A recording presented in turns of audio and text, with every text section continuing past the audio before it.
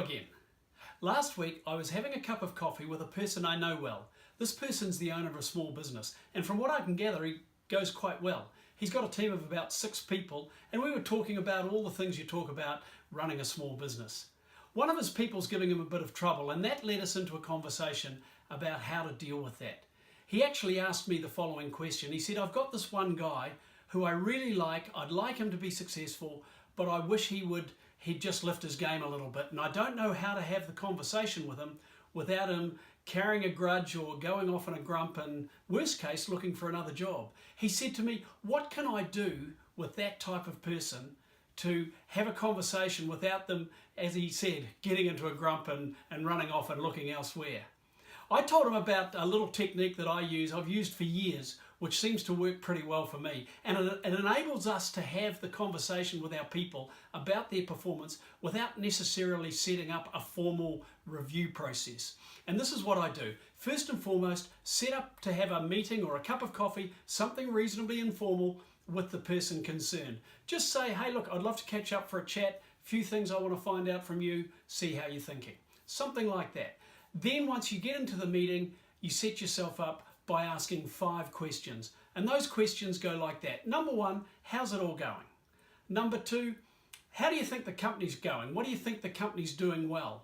Number 3, what do you think the company's not doing as well as it could?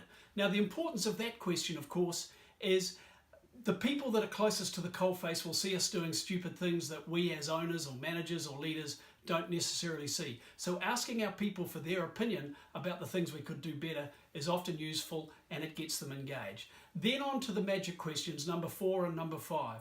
Question number 4, tell me about the things you feel you're doing really well. And question number 5, tell me about the things that you're struggling with or that you're not doing very well. Those last 2 questions set up the scene for you to have the conversation that you want to have with the person. They might say, hey, well, look, in a sales role, for example, I know I'm not getting the numbers. I feel like I'm trying really hard, but I'm not getting the results. That, of course, opens the conversation up for you to say, well, I hope you don't mind me saying so, but I don't think your proposals are good enough, or I don't think your time management's good enough, or I notice that you're getting in a lot later than the other guys, or you're not making as many calls. Whatever it might be that you want to talk to your person about it, you can do that in a non-confrontational way. Let's imagine it's an administrative person who's struggling with their workload. And they might say, well, look, one of the things I'm struggling with is I'm not just getting through the work I've got each day.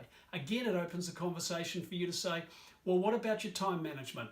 Let's have a look. Let's sit down with you and have a look at what you're doing every day. Or you might say, well, look, I'm sorry to have to raise this, but I know that you're just not working as hard.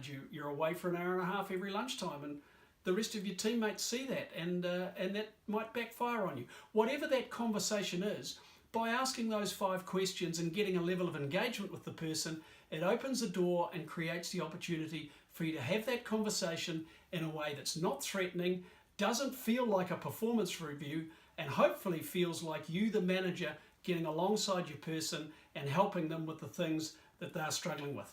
So in the next week, give it a go. Look at somebody who's not quite there, somebody who's underperforming and who you've wanted to raise this with, but you've not been sure how, and try those 5 questions. Question number 1, how's it all going? Number 2, tell me about the things you think the company's doing really well. Number 3, tell me about the things you think the company's doing badly or poorly that we could do better. Number 4, tell me about the things that you're doing really well. And number 5, what are the things you're struggling with?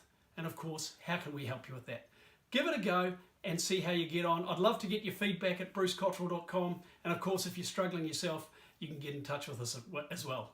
Hey, thanks for watching and have a great week.